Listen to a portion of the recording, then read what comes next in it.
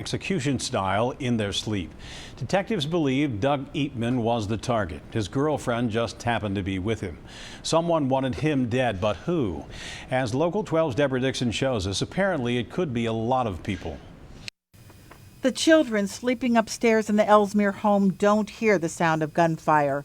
One bullet for each sleeping parent. Doug Eapman and Carolyn Tomlinson.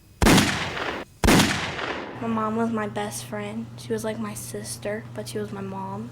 It was just the two of them for years before Carolyn adopted a son and then had another.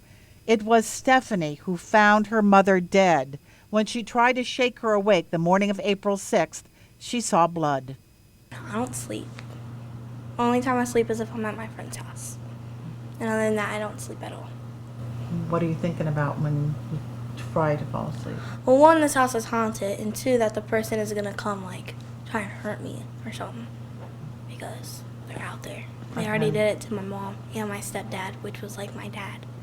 The man who was like Dad is a convicted drug dealer. Doug Eapman was indicted for engaging in organized crime in 2010. He was the ringleader of a pain pill trafficking operation. 9 others were indicted with him, including family. He pleaded guilty. Detectives say Doug was back in business when he was killed.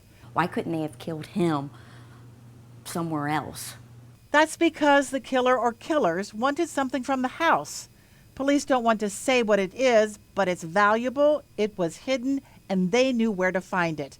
They also knew exactly where to find Doug and Carolyn in the basement bedroom. It seems very well planned, very methodical, executed quickly, quick in, quick out. So it raises a lot of questions. Such as who came up with the plan and why? Did he have a lot of enemies? We believe he did, yes. Perhaps what's in this envelope is an answer, sealed by a judge. It has documents from the year after Eapman's arrest, more from 2014, and more from last year, the same year he was released after serving 4 years of an 18-year sentence. The envelope has to do with what Eapman agreed to do, testify against co-defendant Tom Biddle. He didn't because Biddle pleaded guilty. Biddle's been in prison since 2013.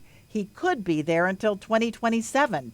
Certainly can't rule it out that this isn't some sort of old vendetta from the prior situation that was just being taken out now, but it's probably more likely that this was someone who was mad at him for something relatively recent. And although there is no solid link, Elsmere Detective Embry can't rule out a connection to the mass murders in Pike County 15 days later. 8 members of one family shot in the night as they slept in 3 homes. A family-run large-scale marijuana operation found on the properties. There were 2 killers who knew how to bypass security systems, and like Elsmere, the young children were not hurt. Do you think the answers are in Kenton County, or do you think it's bigger than that? I believe that even if it is bigger than that, there are people locally that know what happened. Court records show as a boy, Eapman had nightmares for a decade after seeing a man get shot in the head outside a bar across the street from where he lived. Now, a girl who found him and her mother shot in the head is afraid to sleep too.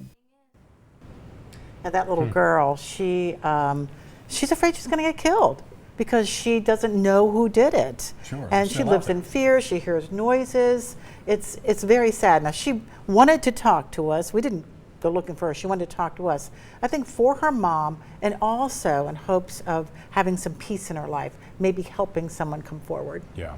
Deb, you're going to be on Facebook Live, right? Facebook Live, I want to know from people, do they think looking at Pike County is too far-fetched, or are there too many similarities not to? And it's just not the kind of crime that happens here. It's really execution style, well-planned, double homicide. It's very unusual. And when are you going to do that? Right now? Right now. Go to my office. Look forward to it. Okay. Thanks, Deb. Well, there is a $2,500 Wheel of Justice reward for the right information. It'll be paid out through Crime Stoppers. Callers to the hotline at 352-3040, identified by code numbers, not named.